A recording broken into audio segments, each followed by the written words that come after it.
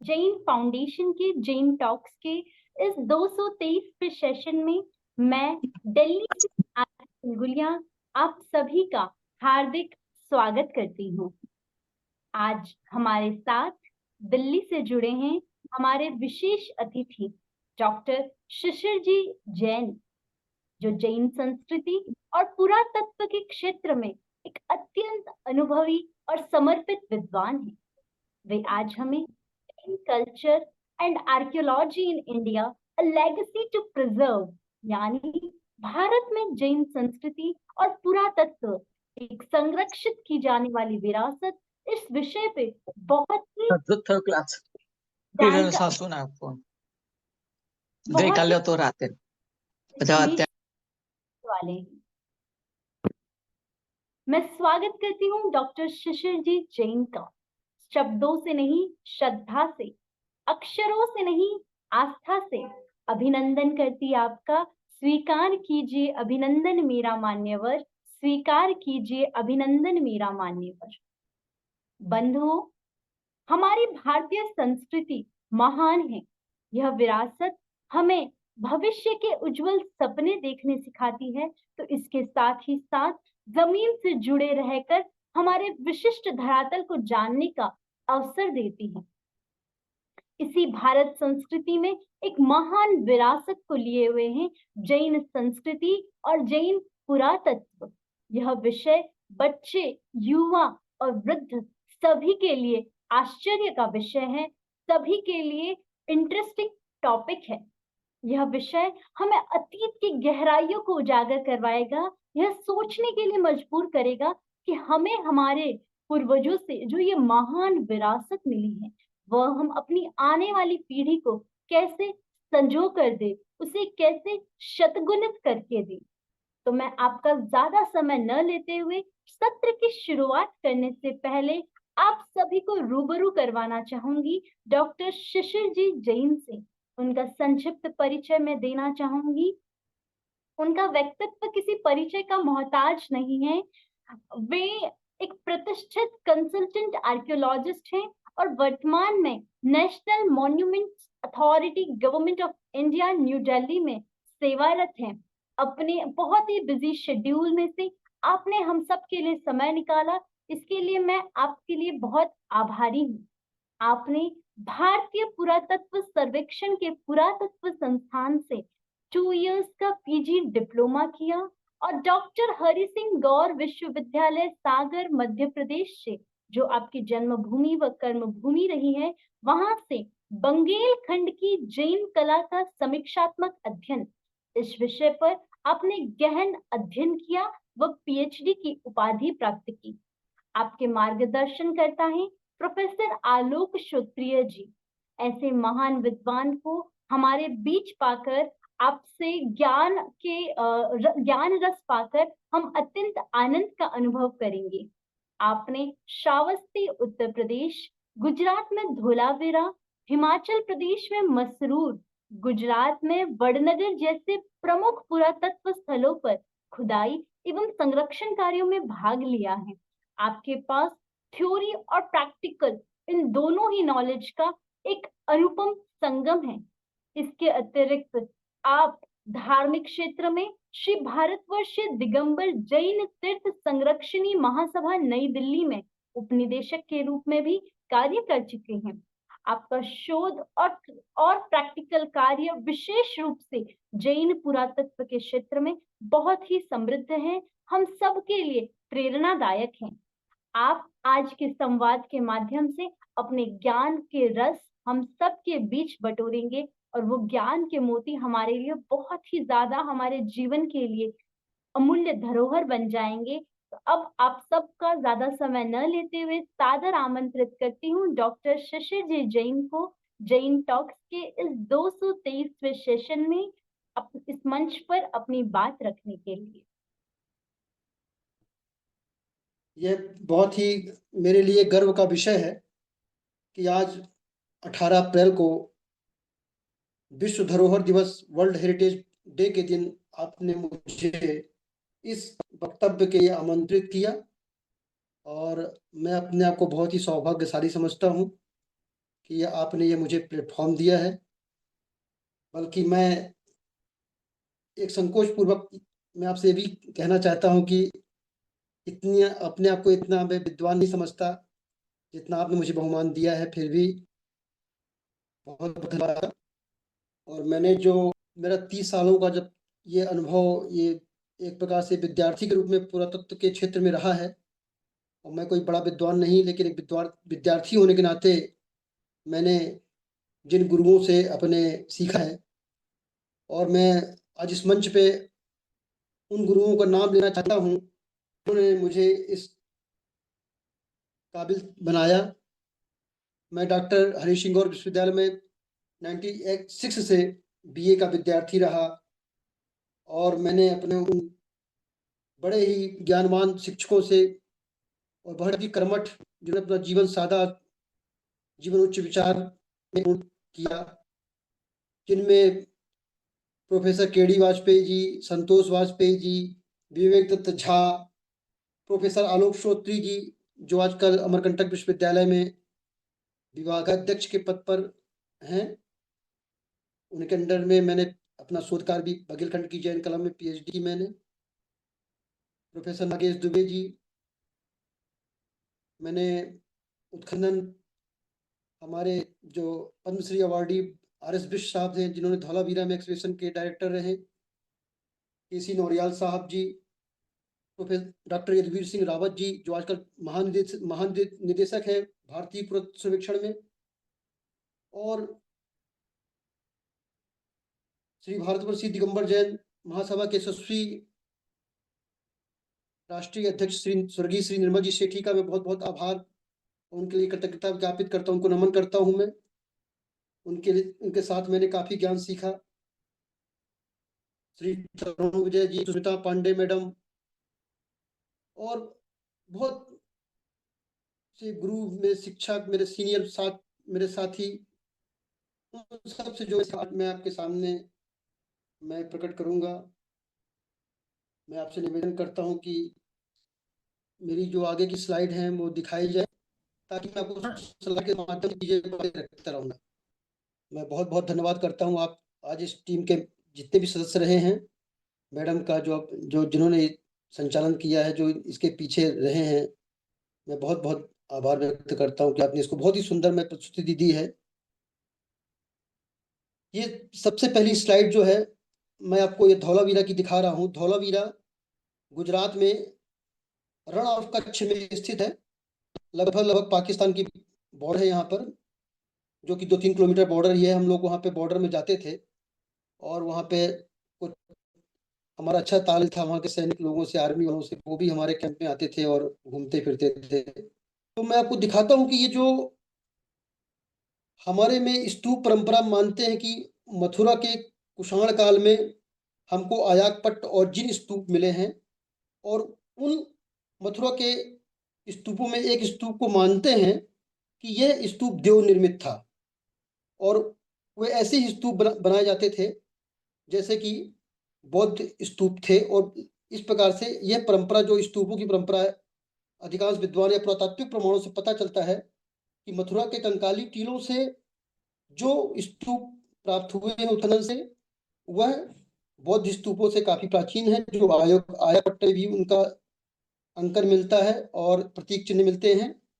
Actually में आयाकपट्ट एक decorated एक शिलापट्ट होती थी, जिसमें बीच में तीर्थंकर का आकृति या प्रतिमा बनी रहती थी, और उसके चारों तरफ में हमारे जैन प्रतीकों, प्रतिमाओं और अन्य चिन्हों से उसको डेकोरेट किया जाता था, और उसी में स्तूपों का अंकन भी मिलता है।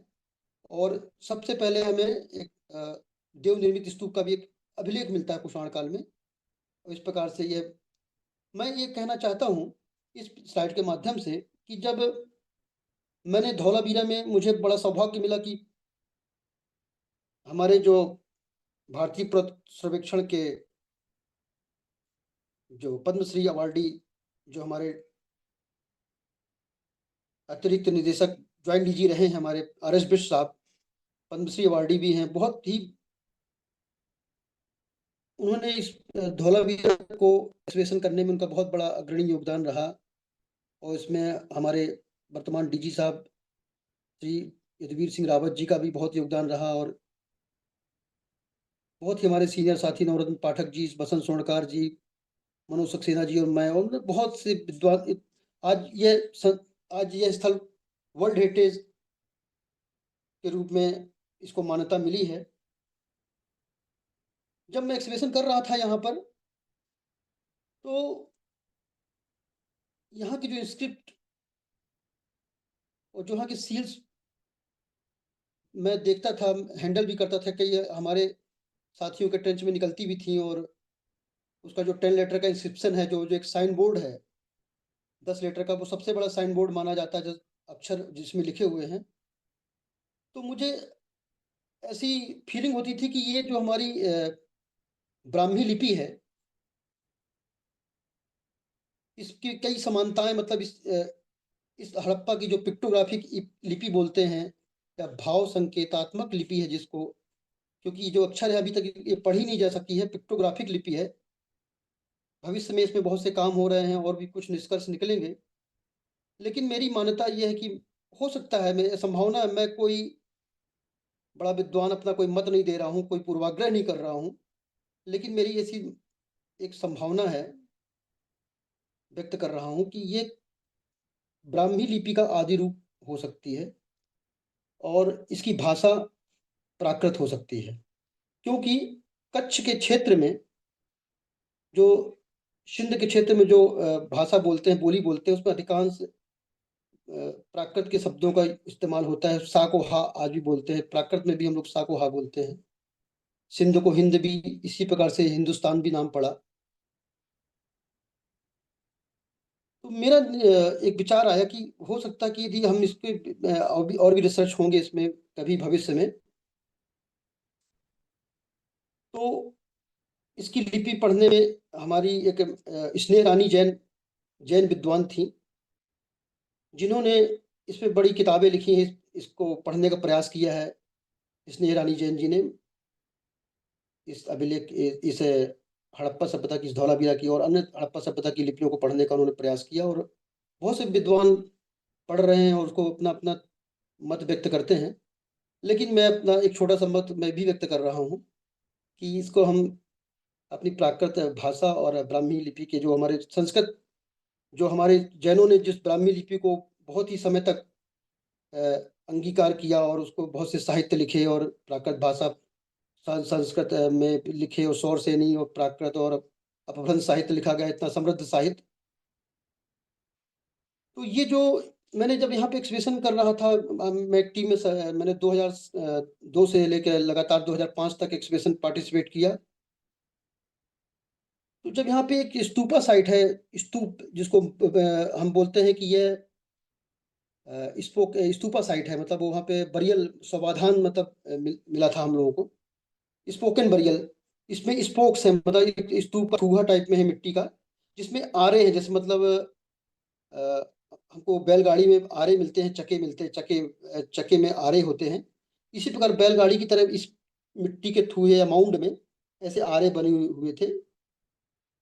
तो इसमें हम लोग स्पोकन बरियल बोलते हैं। इसमें जब इसके में जो धौलावीरा में जो खुदाइयाँ समाधान संस्कृति मिलती है, इसमें आंशिक समाधान की हमको एविडेंसेस मिलते हैं। किसी प्रकार का कंकाल नहीं मिला, या कंकाल मिले हैं तो यत्र तत्र दूसरी जगह मिले हैं। और इसमें क्या होता है कि पॉट, जैसे मिट्टी के मटके में या बर्तन में अस्थि अवशेषों को, राख को दबा के, उसके अन्य भी जो जिसको दफनाया जाता था उसके साथ में उसकी चीज़ों को रख दिया जाता था, और भी साथ में छोटे छोटे बर्तन, मिट्टी के बर्तन पाए जाते थे।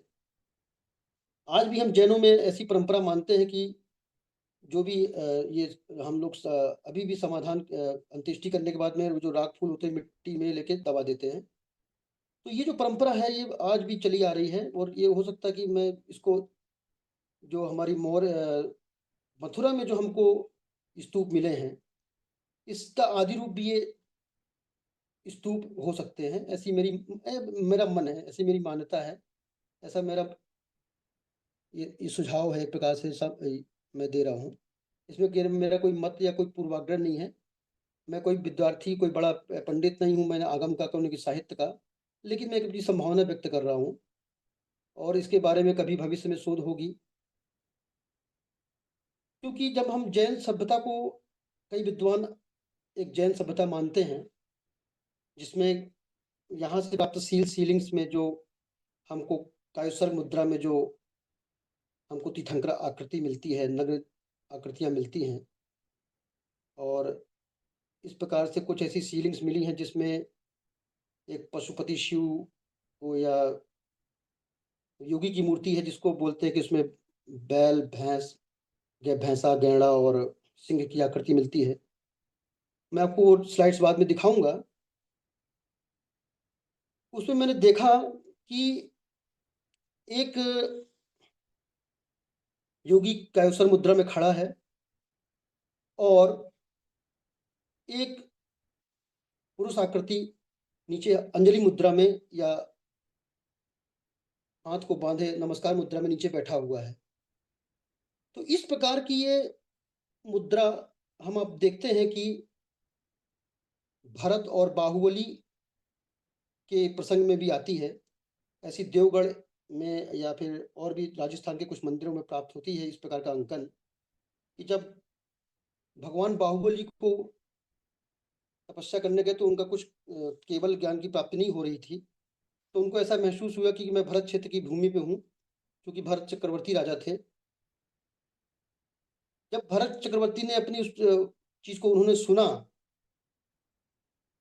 कि उनको केवल ज्ञान प्राप्त नहीं हो रहा है, तो वो भरत के बाहुबली के पास गए भरत, और उन्होंने बोला कि नहीं, आप ये तो चक्रवर्ती पद तो ठीक है, ये मेरा कोई इसमें नहीं है ऐसा।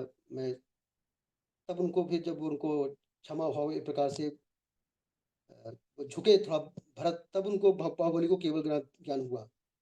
तो मैं इस सील को जो मैं आपको दिखाऊंगा, कि जिसको कई विद्वान बोलते हैं कि ये आदिनाथ की प्रतिमा हो सकती है और इसमें भरत झुके हुए हैं। लेकिन आज मैं जब आपकी इस टॉक से जब तैयारी कर रहा था, मैंने इस सील को अच्छे से देखा और मैंने देवगढ़ की जो बाद में ये 9वीं 10वीं 11वीं शताब्दी की प्रतिमाओं को देखा, तो उस बड़ी सिमिलरिटी दिखती है मेरे को, जिसमें एक कायोसर्ग मुद्रा में हमको ये नीचे झुकी हुई प्रतिमा मिलती। बड़ा मतलब देखिए कि कितने सालों तक मतलब कोई चीज, कितनी परंपरा कहाँ तक चलती रहती है, कोई चीजें अनायास नहीं बनती है। इसके पीछे पीढ़ियों मतलब श्रुत काल से, जो श्रुत परंपरा से हमारी चीजें दिगंबर परंपरा में आई, तो वो मैं कहना चाहता हूँ कि ये हड़प्पा सभ्यता से ही आई। और जैन धर्म के कुछ संभावना हो सकती है। मैं ये नहीं कहता कि जैन धर्म पूरी की, हड़प्पा सभ्यता की पूरी जैन धर्म थी, लेकिन कुछ ना कुछ उसमें तत्व थे जैन धर्म के, जो हमको इन सीलिंग्स, इन स्तूप परंपरा में मिलते हैं। और हमको स्वास्तिक की सील्स भी मिली हैं, स्वास्तिक बने मिले हैं, और भी मैं नहीं जाना चाहूँगा। लेकिन आपको ये देखिए पूरा एक्सप्रेशन हुआ है यहाँ पे। और हमको यहाँ पे एक नेकलेस वगैरह, हमारे जो टीम थी वहाँ पे, यहाँ पे राजा की जो हम इसको बोलते हैं कि धौलावीरा में कोई राजा का पद था, राजा था, मंत्री परिषद बेली थी, सीटाडेल था वहाँ पे बहुत बड़ा, मिडिल टाउन था, लोअर टाउन था, बहुत ही सिस्टमेटिक, मतलब एक जैसे बोलते हैं कि भगवान आदिनाथ ने असीम कृषि, विद्या, वाणिज्य और शिल्प की स्थापना की थी, और ये सब चीजें हमें हड़प्पा सभ्यता से ही मिलती हैं। तो क्या मेरा ऐसा मानना है कि हड़प्पा सभ्यता के धौलावीरा विशेषकर एक जैन संस्कृति का बहुत बड़ा केंद्र था, और यहाँ पे भरत चक्रवर्ती एक प्रकार से, जैसे भरत चक्रवर्ती का मैं इसलिए बोल रहा हूँ कि स्तूप बनाने की परंपरा का उल्लेख हमको बौद्ध परंपरा में मिलता है। जब भगवान बुद्ध कुशीनगर में उनका प्राण त्यागने लगे, उनका एक प्रकार से हम बोलते हैं उनका अंतिम समय था, तब भगवान, उनके शिष्य आनंद ने कहा कि हम आपकी पूजा कैसे करें आपके जाने के बाद। तो उन्होंने कहा कि जिस प्रकार से चक्रवर्ती राजाओं के अवसान के बाद में चौराहों पर स्तूप बना जाते हैं, उसी प्रकार आप लोग स्तूप बना सकते हैं, मेरी पूजा कर सकते हैं। तो स्तूप बनाने की परंपरा तब से, मतलब ये हमको साहित्यिक रिकॉर्ड मिलता है कि उन्होंने कहा चक्रवर्ती राजाओं से, तो हम मानते हैं कि भरत भी एक चक्रवर्ती राजा थे। और इस प्रकार से मेरे मन, ये मेरा एक वो है मेरा एक सुझाव है कि एक धौलावीरा के क्षेत्र में एक जैन संस्कृति को थोड़ा-सा यदि हम इसको रखते हैं, तो इस सावधान परंपरा, स्तूप परंपरा को भी हम मथुरा के कंकाली टीला से और घुमा के हम धौलावीरा में ला सकते हैं।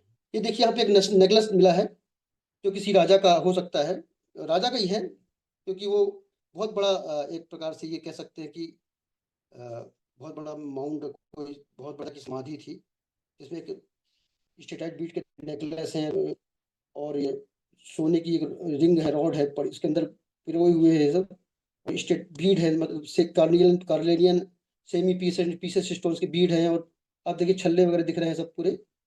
तो ये उसकी याद भी इस तरह से मतलब वो समाधान परंपरा में रखे जाते थे।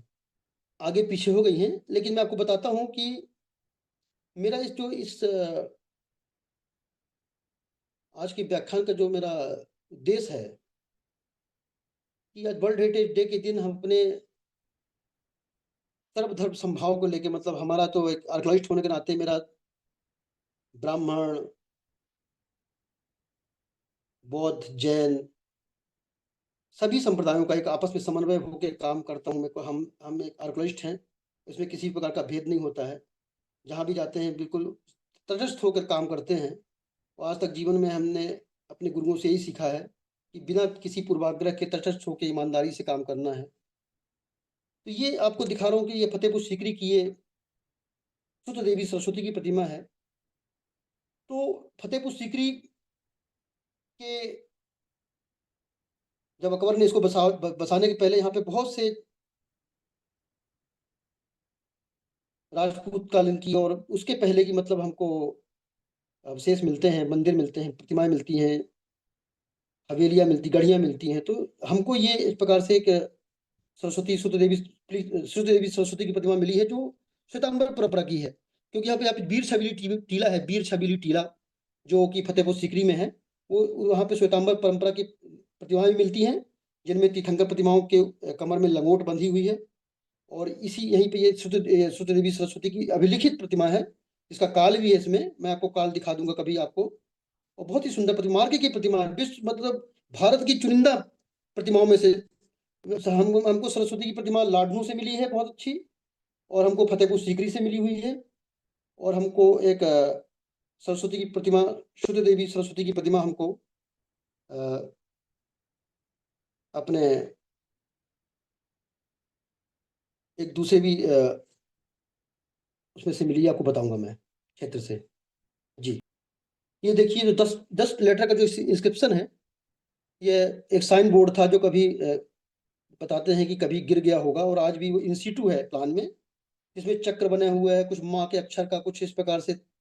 तो उसे स्नेह रानी जैन वाले विद्वान उसको, जैन विद्वान उसको अपने तरीके से उसका पढ़ते हैं, लेकिन मैं इसका इतना बड़ा नहीं हूं। लेकिन मैं शंका व्यक्त कर रहा हूँ कि स्नेह रानी जैन का आप किताब कभी सर्च कीजिए गूगल में, स्नेह रानी जैन सागर की थी, और निर्मल जी सेठी काफी उनको मानते थे। निर्मल जी सेठी, उनको कई बार हम विदेश भी ले गए, भेजा था निर्मल जी सेठी ने, और काफी बेचारी अब तो एक्सपायर हो गई शायद, लेकिन उन्होंने काफी काम किया था। जी हाँ, तो ये मथुरा का कंकाली टीले का स्तूप जो बौद्ध परंपरा से भी प्राचीन है, जिसको देव निर्मित स्तूप बनाया बताते हैं। और इसमें आप देखिए कि कितना बढ़िया एक रेलिंग है, जाने के लिए सीढ़ियां हैं ऊपर, और एक बढ़िया एक स्तूप का डोम बना हुआ है, इसमें गुम्बज है, और इसमें और तीर्थंकर की आकृतियां हैं।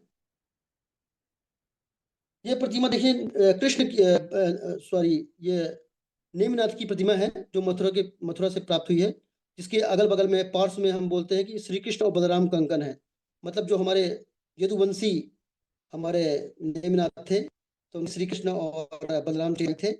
ये भी हमारे एक धार्मिक संभाव की बहुत बड़ी, जैन धर्म के लिए बहुत बड़ी गौरव की बात है कि श्री कृष्ण का नेमिनाथ के साथ चचेरे होने का संबंध ज्ञात है, और इस पुरातात्विक प्रमाण भी मिल रहे हैं। ये देखिए योगी की प्रतिमा, जिसको पशुपति योगी की बोलते हैं।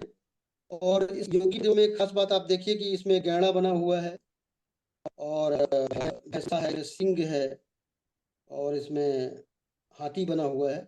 मैं इसलिए इसको योगी की मूर्ति की दिखाता हूँ कि इसी को जो हमें, या आज की मूर्ति इसको यदि बोलते हैं आदिनाथ या योगी की प्रतिमा को, इसी का एक बहुत ही विशाल हमको बाहुबली की प्रतिमा मिलता है कि किस प्रकार जीवों ने उनके बाहुबली के अपने शरीर में घर बना लिया था। अभी तो बेचारे कितने शांत होकर बैठे हैं आदिनाथ के पास में, कितना इको फ्रेंडली है। जैन धर्म की मैं बात कर रहा हूँ कि इको फ्रेंडली बाहुबली ने उसकी चरम सीमा प्राप्त कर ली थी, और अपने सांप बिच्छू ने अपनी बामियां बना ली थी, माधवी लताएं उनके पैरों में शरीर में चढ़ गई थी। Please next. और इको फ्रेंडली वाली बात मैं नहीं कह रहा हूं, हमारे बहुत बड़े एक जैन पुरातत्ववेत्ता हैं, जैन विद्वान हैं, प्रोफेसर मारुतिरंजन तिवारी जी, मैं उनका कोटि कोटि नमन करता हूं, उनका शिष्य हूं मैं। और ये बात उन्होंने कही कि इको फ्रेंडली मतलब भगवान बाहुबली से बड़ा इको फ्रेंडली कौन होगा। वो तो जन्मना, मैं तो जन्मना जैन हूं, वो तो कर्मणा जैन है मारुतिरंजन तिवारी जी। ये देखिए यहाँ पे स्तंभ है, यहाँ पे धौलावीर में प्राप्त हुए हैं। हाँ, ये कहों स्कंद गुप्त का, ये गुप्त काल का मैं आपको बता रहा हूँ। गुप्त काल में भी जैन धर्म हमारा बहुत ही अपने भव्य रूप में विद्वान था, और गुप्त राजाओं ने भी उसको बड़ा प्रश्रय दिया, और बहुत ही अच्छी गुप्तकालीन प्रतिमाएं स्तंभ वगैरह बनाए गए। ये देखिए इसी स्तंभ के नीचे पार्श्वनाथ की प्रतिमा बनी हुई है। नेक्स्ट, ये देखिए कहों का स्तंभ, जिसमें ऊपर में चारों तरफ तीर्थंकर की प्रतिमाएं हैं।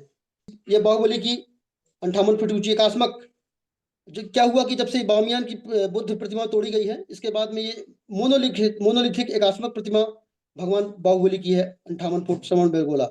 बहुत बहुत ये देखिए आदिनाथ, त्रिनेत्रधारी आदिनाथ, जो हम बोलते हैं कि एकम सद विप्राह बहुधा वदंती, भगवान शिव और आदिनाथ में साम्यता रखते हैं कि भगवान शिव कैलाशवासी हैं, आदिनाथ को भी कैलाश से मोक्ष प्राप्त हुआ था, उनका वाहन नंदी है, इनका भी प्रतीक चिन्ह वृषभ है, इनको भी कैलाश पर्वत से मोक्ष प्राप्त हुआ था। इनकी भी जटाएं होती हैं, कैलाश शिव की भी जटाएं होती हैं।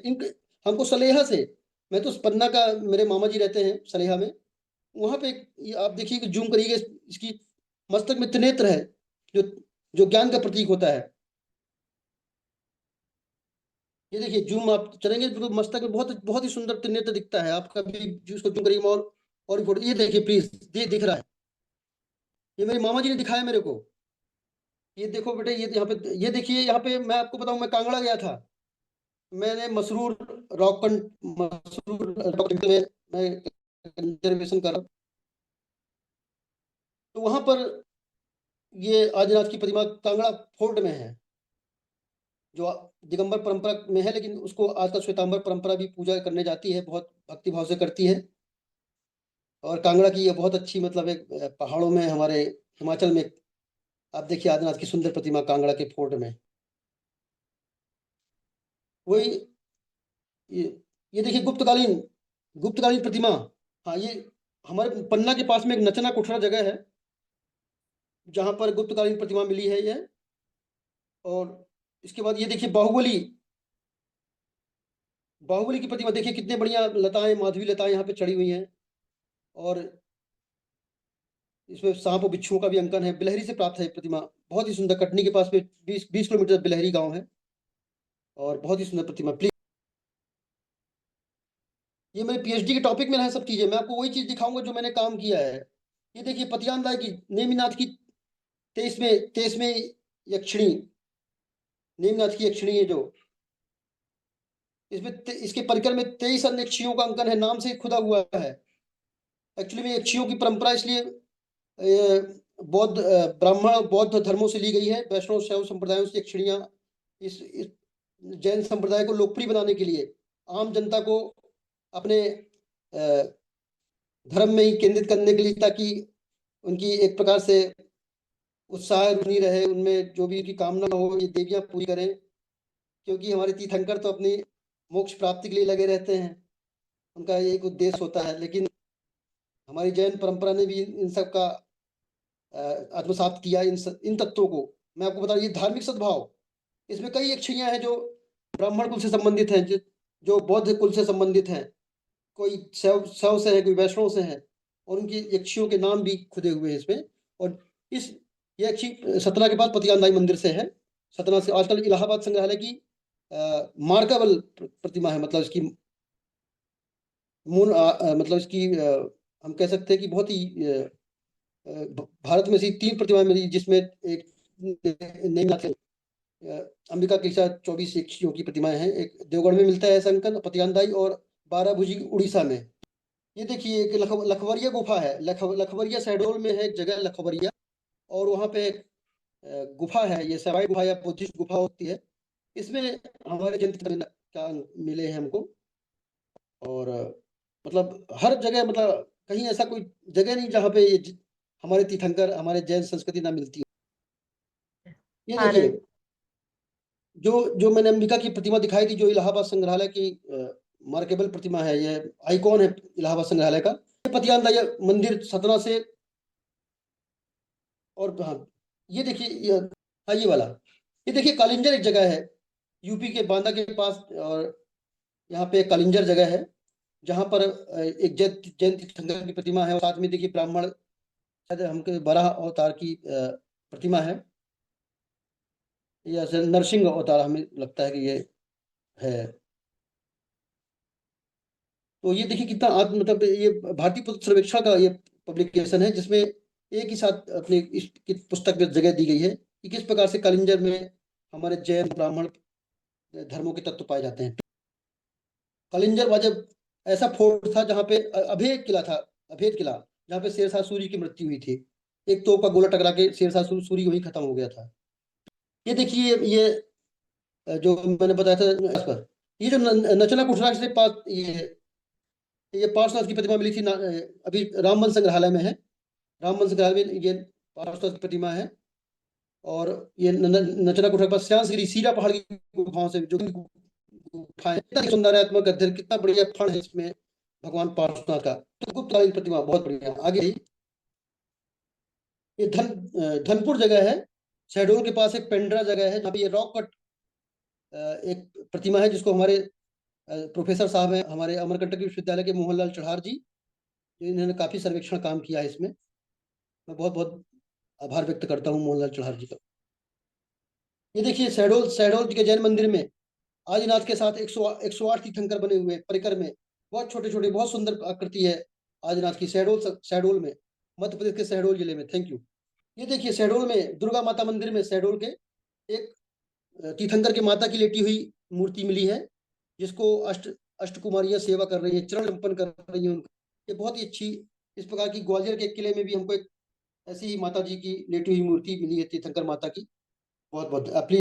ये देखिए पद्मावती, पद्मावती कितने बढ़िया, 18 भुजी प्रतिमा या 20 भुजी होगी, और कितना देखिए अपने अस्त्र शस्त्रों से लैस, और भगवान पार्श्वनाथ की रक्षा करते हुए कितनी बढ़िया प्रतिमा शहडोल के किले में, गढ़ी में है, ठाकुर साहब राज्यवर्धन जी के संग्रह में है।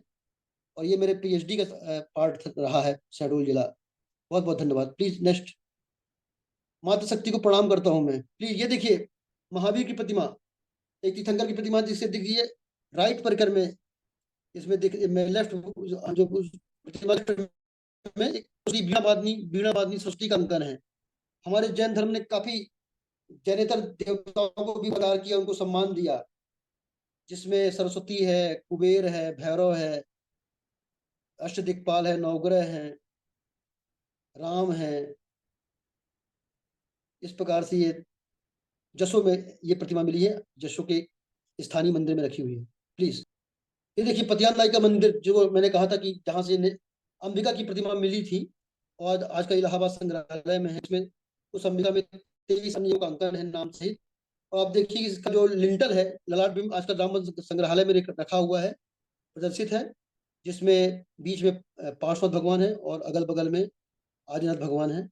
और इसके द्वार में गंगा यमुना का अंकन है, और एक भैरव बना है, जो भैरव कुत्ता, उसका श्वान अपने रस्सी से, भैरव अपनी रस्सी से श्वान पकड़े हुए हैं। और बहुत अच्छा, कितना सुंदर अंकन।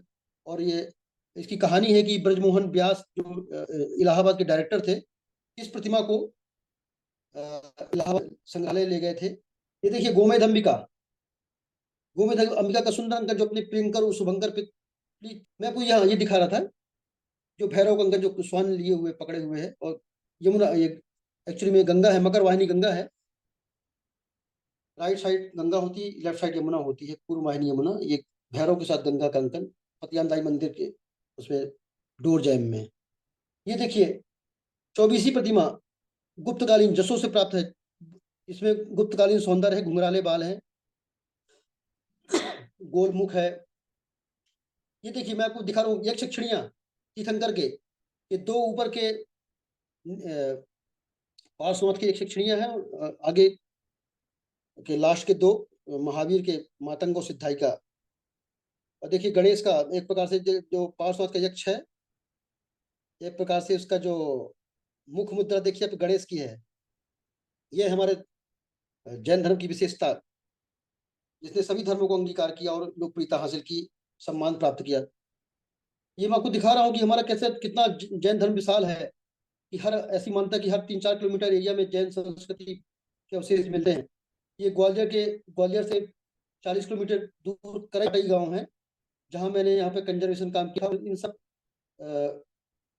मंदिर का जीर्णोद्धार कार्य किया था। ये जो भी पिलर वगैरह गिरे पड़े थे और इसका डोर जाम वगैरह सब, उसका सिस्टमेटिक हमने तीर्थक्षणी महासभा के द्वारा, उस समय निर्मल जी सेठी थे और बहुत अच्छा काम किया था मैंने। अभी आप कभी जाइए ग्वालियर करई पहाड़ी देखिएगा प्रतिमा को, बहुत अच्छा डोर जाम। यहाँ भी भैरव बहुत सुंदर अंकन है और बहुत अच्छी एक इमेज है जिसका धड़ नहीं था, और उसको हमने संरक्षित किया है श्री भारत दिगंबर जैन महासभा के द्वारा। जी सर, प्लीज आगे। ये देखिए राष्ट्रीय संग्रहालय में एक जैन पेंटिंग है जिसमें नेमिनाथ की बारात का अंकन है। तो मैं जो नेमिनाथ की जो नेमिनाथ श्री कृष्ण के चचेरे भाई थे, ऐसा अंकन हमको मिलता है।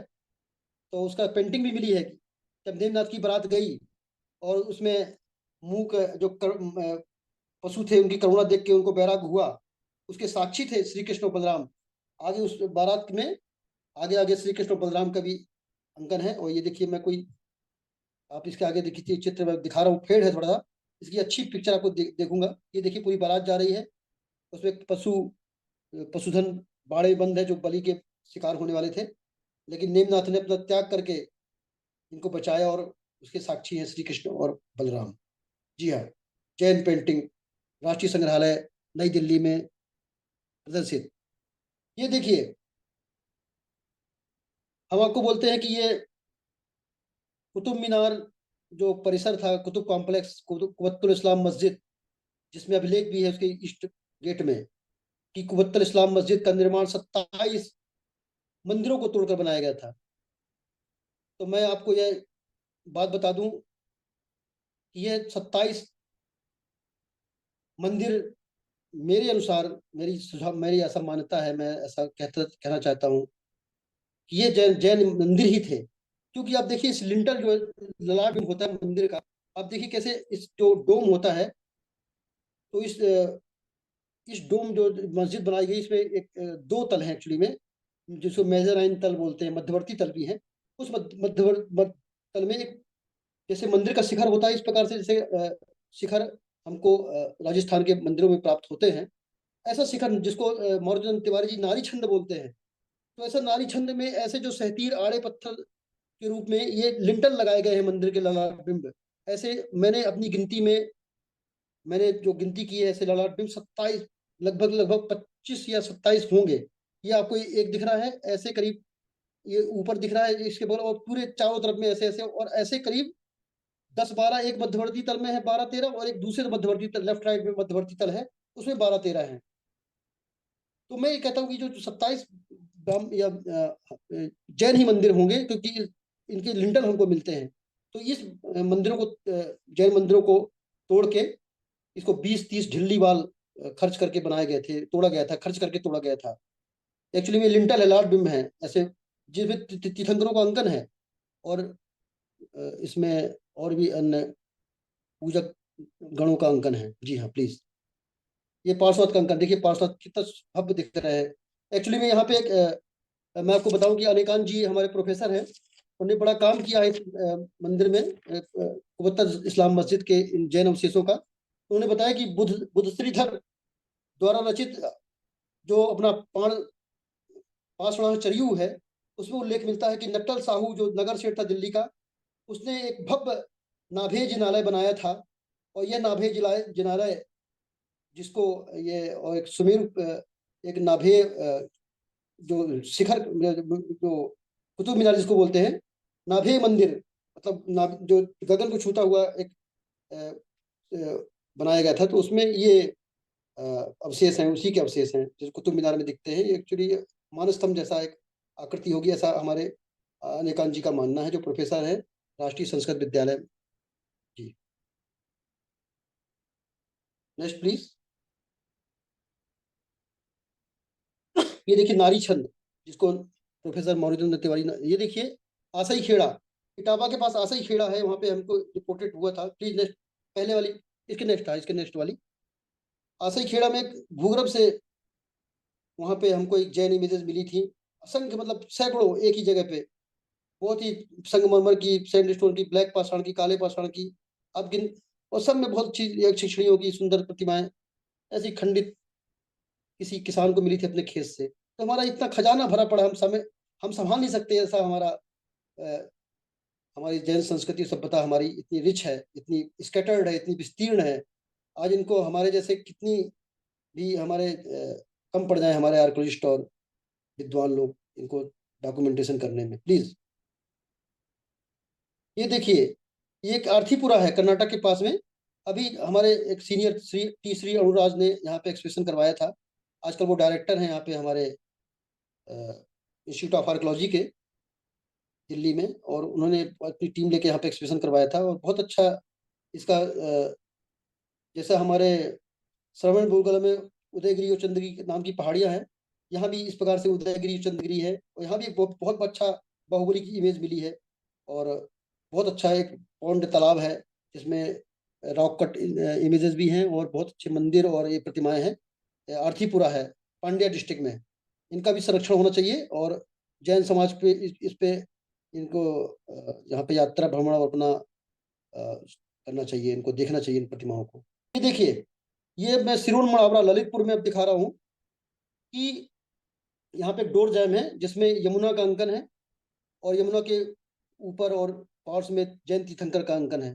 कितनी बढ़िया, देखिए हमारे जो जैन धर्म की जो कितना बढ़िया लोगों ने, हमारे राजाओं ने, शासन ने, श्रेष्ठियों ने, वह तत्कालीन राजाओं ने, श्रेष्ठियों ने कितना बढ़िया उनको संरक्षण संवर्धन किया, ये मैं आपको बता रहा हूँ। और हमारा जैन धर्म पल्लवित पुष्पित हुआ, और जगह जगह इसके प्रमाण मिलते हैं। ये भी एक यहाँ पे संग्रहालय बनाया गया था, जिसका श्री भारतवर्षीय दिगंबर जैन महासभा ने यहाँ पे साइड म्यूजियम बनाया हुआ है, और मैं काफी यहाँ पे मैंने डॉक्यूमेंटेशन काम किया है। प्लीज ये देखिए ब्रह्म यक्ष, ये धुबेला में यह यक्ष की प्रतिमा है, और ये भी एक ब्राह्मण कुल का यक्ष है जिसको जैन धर्म ने अंगीकार किया अपने आप को, ब्रह्म यक्ष। Please next please. ये देखिए अंबिका जैनिज्म, झांसी म्यूजियम में अंबिका है। मैं बताऊंगी अंबिका इसलिए मैंने लगाई कि नेमनाथ की ये यक्षिणी है, और कितनी ताकतवर, जो भगवान की रक्षा करती हो। वो देखिए अपने पुत्र से कितनी वत्सल, जिसको हम बोलते हैं कि ये वात्सल्य की एक चरम, कि वो बच्चा अपनी जो प्रियंकर या शुभंकर होगा, छोटा वाला होगा, शुभंकर अपनी माँ के कान के बाले खींच रहा है, और कितनी भावना से वो झुकी हुई है, उसके मन में कोई भी कष्ट या कोई ऐसा क्रोध की भावना नहीं है। यही है जैन हमारा त्याग, और यही है भावना। प्लीज माँ की सौंदर्य मूर्ति, जी हाँ। ये देखिए ब्रह्मयक्ष। ये देखिए 12 भुजी गुम्फा, ये उदयगिरी खंडगिरी में, एक्चुअली में खंडगिरी में है, जो उड़ीसा के भुवनेश्वर से 10 किलोमीटर दूर है। इन खंडगिरी गुफाओं में ये 24 तीर्थंकर और उनकी यक्षियां बनी हुई हैं। आजकल वो कुछ पंडे लोगों ने अपना वहाँ पे कब्जा कर लिया है, लेकिन वो भारतीय संरक्षण मेंटेन कर रहा है। एक्चुअली एक प्रकार से लिविंग मॉन्यूमेंट ही कह सकते हैं, और इसकी मैं काफी डॉक्यूमेंटेशन किया था मैंने इसका। 12 भुजी गुम्फा खंडगिरी। प्लीज ये देखिए भियादात, चंदेरी के पास में भियादात है।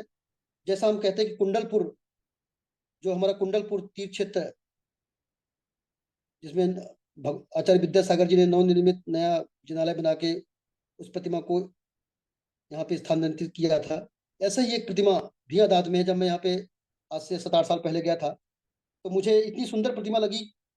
तो हमारे एक गौरव जैन है जो अभय दानम ट्रस्ट से हैं, सोसाइटी से जुड़े हुए हैं, तो वो आजकल इस तीर्थ के संरक्षण में लगे हुए हैं, और हम चाहते हैं कि ये भी एक आगामी दिनों में इस क्षेत्र में भी बहुत ही यहाँ पे जाना बहुत दुर्गम है एक प्रकार से। अभी हम सब प्रकार से उस पर, मैंने उनको, गौरव जी को बोला है कि व्यवस्था करें। प्लीज ये देखिए मैं आपको बता रहा हूँ कि जो ये सील मिली है जो यहाँ पे हड़प्पा में, तो मैं आपको बता रहा था कि जो भरत और बाहुबली का कथानक है, तो जिसमें भगवान भरत, राजा भरत चक्रवर्ती, जो बाहुबली हाथ अंजलि मुद्रा में बैठे हुए हैं, भरत और बाहुबली तपस्या में है, ये उस इस रूप का मैं मेरी मान्यता की हो सकता है कि ये भरत बाहुबली का अंकन हो सकता है। ये देखिए भरत अपने बाहुबली कायोत्सर्ग मुद्रा में है और भरत नीचे अंजलि मुद्रा में, और बैल की एक ये बैल की आकृति है और किसी पशु की आकृति बनी हुई है इसमें। ये देखिए जो इसी का मतलब ओरिजिनल पिक्चर है वो, कि वो एक तीर्थंकर एक आकृति खड़ी हुई है, हो सकता है वो बाहुबली हो, और ये अंजलि मुद्रा में, नमस्कार मुद्रा में भरत चक्रवर्ती हो सकते हैं। Please next please. ये देखिए, मैं आपको पहले के हड़प्पा सभ्यता की मैं दिखा रहा था एक एक एक सील का चित्रण, और दूसरा देखिए 10वीं 11वीं शताब्दी में देवगढ़ का चित्रण है। देखिए भरत चक्रवर्ती खड़े हैं और सॉरी बाहुबली खड़े हुए हैं यहाँ पे, और भरत चक्रवर्ती अंजलि मुद्रा में है। ये कितने 3000 साल पहले, और मतलब कितना लगभग लगभग हम कह सकते हैं 4000 साल का अंतर आपको दिखा रहा हूँ। लेकिन एक मेरी एक ऐसा सुझाव, ऐसी एक प्रकार से मेरा है कि इन सब समीकरणों को इकट्ठा करके भरत बाहुबली का मतलब हमारे जोड़ के, मैं हड़प्पा सभ्यता से जोड़ते हुए मैं यहाँ तक लाया हूँ। शायद मेरी ख्याल से लास्ट स्लाइड होगी। और बहुत बहुत धन्यवाद आपका, आपने मुझे समय दिया। और हम जैन धर्म के अनुयायी हैं, उत्तम क्षमा मैं आपसे बोल रहा हूँ, किसी जाने अनजाने भूल चूक में मुझसे किसी प्रकार की भूल हो गई हो बोलने में, मैं आप सभी से उत्तम क्षमा मांगता हूँ। बहुत बहुत धन्यवाद। डॉक्टर शिशिर जी, आपने हमें अपने अमूल्य ज्ञान से अवगत कराया।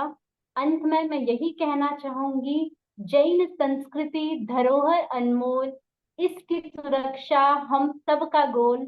सत्र खत्म हुआ पर यादें रहेगी साथ, सीखा जो वो रखें हमेशा याद। फिर मिलेंगे एक नए सत्र में, तब तक के लिए मेरी शुभकामनाएं आपके साथ। तब तक के लिए मेरी शुभकामनाएं आपके साथ।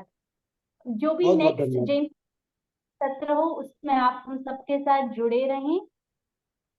बहुत बहुत जरूर, और अवश्य अगर जुड़ूंगा। दर्शकों में से किसी को कोई प्रश्न है, हम ले सकते हैं क्या शिशिर जी 2 मिनट के लिए? Please please madam please. Doctor Sushil, अब मैं समझ गया, लेकिन मेरा क्वेश्चन ये था कि क्या एएसआई के पास या पब्लिक डोमेन में ऐसा कुछ आर्कियोलॉजिकल साइट में कोई ऐसा एविडेंस है जो आप हमारे साथ या फाउंडेशन के साथ शेयर कर सकते हैं? और मैं रिक्वेस्ट करूंगा फाउंडेशन उसे सोशल मीडिया पे के थ्रू अपलोड करे, जिससे ये बात एकदम साफ साफ विद प्रूफ एंड फैक्ट आ जाए कि 23rd या 22nd जो भी हैं तीर्थंकर, उनके हमें एक कहते हैं ना एक पुख्ता सबूत आर्कियोलॉजिकल साइट में मिले हैं। अगर ऐसा कुछ पब्लिक डोमेन में है तो प्लीज फाउंडेशन के साथ शेयर करें ताकि हम भी देख सकते हैं। Thank you. ठीक है सर जी, मैं ये इसमें काफी शोध की संभावनाएं हैं सर, और मैं इसमें जरूर काम करूंगा, अपने मित्रों से भी, अपने विद्वानों से, अपने गुरुओं से पूछ के एक ऐसा प्रमाणित काम करूंगा सर। जी जी, थैंक यू। हाँ, मंजू जी। यस, जय जिनेन्द्र सर। जी मेरे को इतना कुछ है नहीं आज आपका, मतलब टॉक जैन फाउंडेशन की तरफ से जो टॉक होते हैं वो मैं देखती हूँ, पर आज का मेरे को मैं भी एक पढ़ाई कर रही हूँ, मतलब मैं इन जैनिज्म में करती हूँ, प्राकृत एंड जैन स्टडीज में। तो सर जैसे आपने बताया कि ये पूरे जो स्मारक है, ये जो भी पुरानी सभ्यता के है, उसमें जैनिज्म के बहुत हमारे प्रमाण मिलते हैं। वो मंडिया का जी आपने अरतिपुरा का भी बताया, वहां पे मैंने विजिट किया था। जी, बहुत पर अच्छा सर मैडम जी। मेरा एक क्वेश्चन है कि जब अपन आदिनाथ को इस मतलब इस सर्पिणी काल के प्रथम तीर्थंकर थे, और उन्होंने उन्होंने ये जैसे अभी एक क्वेश्चन रहा था कि भगवान महावीर को फाउंडर मानते हैं, और हम जी कहते हैं कि हमारा जैन धर्म अनादि अनंत काल से है। तो सर जी मेरा एक क्वेश्चन ये है कि मेरे मन में कई दिनों से है, भगवान आदिनाथ और शिव जो वर्तमान में जी शंकर भगवान या शिव जी को मानते हैं लोग, तो उसमें कुछ जी समानता है? जैसे आपने एक उदयपुर का एक बताया था, वो वातरसना मुनि, जैसे आदिनाथ की एक प्रतिमा का दिखाया था, मेरे को चित्र याद नहीं है, इतना लंबे हाँ बाल थे सही उनके। तो जी जी जी एकनाथ जी जी का भी है वहां पे, तो वो भी आदिनाथ की प्रतिमा ही है, केसरिया जी बोलते हैं इनको। तो जी सर जी है जी जी। कुछ सिमिलैरिटी है इनमें? वो भी अयोध्या के थे, कैलाश पर्वत, अष्टापद, ऐसी बहुत मैं सारी आपको चीजें मिलती जुलती है, तो हो सकता है। जी मैडम, मैं साधारण आपको सा बताऊं क्वेश्चन है कि मेरा, मेरे को जी नहीं मैं पता है आपको कुछ बताऊं भी। मैडम कि इस संदर्भ में मैं कोई विद्यार्थी हूँ, लेकिन आपको बताऊं कि जो एकम सद विप्राह बहुधा वदंती, सत्य एक ही है हम्म और विद्वान लोग हम्म उसको अपनी भाषा में बोलते हैं। तो शिव और आदिनाथ में हमको समानताएं ऐसी मिलती हैं कि आदिनाथ को कैलाश पर्वत से, अठबाई पर्वत से मोक्ष की प्राप्ति हुई थी। वहीं पर शिव को भी हाँ कैलाशवासी मानते हैं। हाँ आदिनाथ की जटाएं हैं और शिव की जटाएं हाँ होती हैं। आदिनाथ का प्रतीक हाँ चिन्ह नंदी है और शिव का भी वाहन नंदी है। हाँ और हम नंदी है, जो हाँ हाँ सलेहा हाँ। से पन्ना, सलेहा से एक पन्ना में हमको अपनी, जब मैं पीएचडी कर रहा था, तो हमको एक आदिनाथ की प्रतिमा में एक हमको वहाँ पे त्रिनेत्र मिला है, उसके मस्तक में त्रिनेत्र है। तो जिस प्रकार से समीकरण हम यस, कह सकते हैं कि ये सत्य तो एक ही है और हम इसको अलग अलग रूपों में पूछते मानते हैं। जी हाँ। Okay sir, thank you sir. Thank you जी सो जी मच। ये बहुत ही इंटरेस्टिंग बात रही, आदिनाथ और शिव की आपने बात की, लेकिन दोनों में समानताएं हैं लेकिन फर्क भी बहुत है। शिव जी को एक परिवार देखा जाता है जिनके पुत्र हैं, उनकी पत्नी है, लेकिन आदिनाथ तीर्थंकर उन्होंने तो सांसारिक लाइफ को ही छोड़ दिया था, तो वहां पर तो उसका ऐसी कोई समानता है ही नहीं। एक जी जी जी मटेरियलिस्टिक लाइफ है और एक तो बिल्कुल मोक्ष को ही चले गए, जिनका कोई बिल्कुल परिवार नहीं, बिल्कुल कुछ नहीं, सब कुछ त्याग ही कर दिया।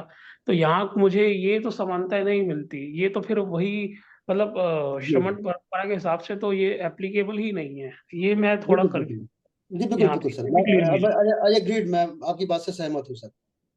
जी हाँ। चले ठीक है। मैं दूसरे एक लास्ट प्रश्न डॉक्टर डीसी जैन जी का लूंगी। सर प्लीज अपना प्रश्न पूछे। Thank you so much for joining. Professor शिविर जी, बहुत ही अच्छा आपका प्रेजेंटेशन था। मुझे एक शंका है कि जैसे पांडुलिपियों के संरक्षण में दीमक लग जाती है, कुछ हो जाती है, इस तरह जो हमारे जो आर्कियोलॉजिकल जो आपने मूर्तियां दिखाई हैं, उनके जी संरक्षण में कुछ डिफिकल्टी महसूस करते हैं? वहाँ भी कुछ फंजाई या कुछ इसके लाइचन वगैरह लग जाते हैं, उनकी सुरक्षा के लिए कुछ प्रबंध किए गए हैं क्या? जी हाँ, हमारा जो कंजर्वेशन डिपार्टमेंट है हमारे पास में, हमारे भारतीय पुरातत्व सर्वेक्षण के पास में स्ट्रक्चर कंजर्वेशन और केमिकल कंजर्वेशन के अलग अलग हमारे पास में सेक्शंस हैं, जिनके अंदर में हम इन पांडुलिपियों का और जो भी स्ट्रक्चर का हम इसकी रासायनिक परीक्षण करते हैं। और मैं आपको बता दूं कि एक राष्ट्रीय इंदिरा गांधी राष्ट्रीय कला है, जो एक मिशन पांडुलिपियों का संरक्षण के लिए मिशन उसने बनाया हुआ है। और हम अपने जैन पांडुलिपियों को इस मिशन के माध्यम से हम संरक्षण कर सकते हैं। और बीना, जो सागर के पास बीना जगह है, वहाँ पे अनेकांत ज्ञान मंदिर है। इसके संचालक हमारे एक, ब्रह्मचारी संदीप जैन सरल जी हैं। संदीप भैया, और उन संदीप भैया। उसमें हाँ, संदीप भैया जी काफी कार्य कर रहे हैं, आप उनसे भी संपर्क कर सकते हैं और आप हमसे भी संपर्क कर सकते हैं। आज मैं आपकी पूरी मदद करूंगा इस स्तर पर। धन्यवाद, बहुत जी अच्छा सर, लगा। Thank you sir, thank you sir. Sorry, बहुत सुंदर, थैंक यू सो मच। शिशिर जी, हाँ आरती जी आपको मैं नहीं देख रही थी तो मैं सोची हाँ हाँ आप प्लीज, मैं अपनी तरफ से धन्यवाद देना चाहूंगी शिशिर जी को। इतना सुंदर प्रेजेंटेशन और इतनी सारी ज्ञानवर्धक चीजें और इतनी चीजें देखने को मिली। और अभी वापस से हमें जाना पड़ेगा, we have to go back again and again to understand. एक सेशन में बहुत ज्यादा आपने बताया है हमें तो उसके लिए बहुत बहुत धन्यवाद। मैं अब आरती जी को फॉर्मल कंक्लूजन के लिए, आज कंक्लूड करने के लिए, आज के सेशन के लिए आमंत्रित करती हूँ। मेरी तरफ से सभी को सादर जय जी नेत्र। थैंक यू, नमस्कार। आरती जी, आप सभी का धन्यवाद, आपने मुझे मंच दिया मैडम, बहुत बहुत धन्यवाद।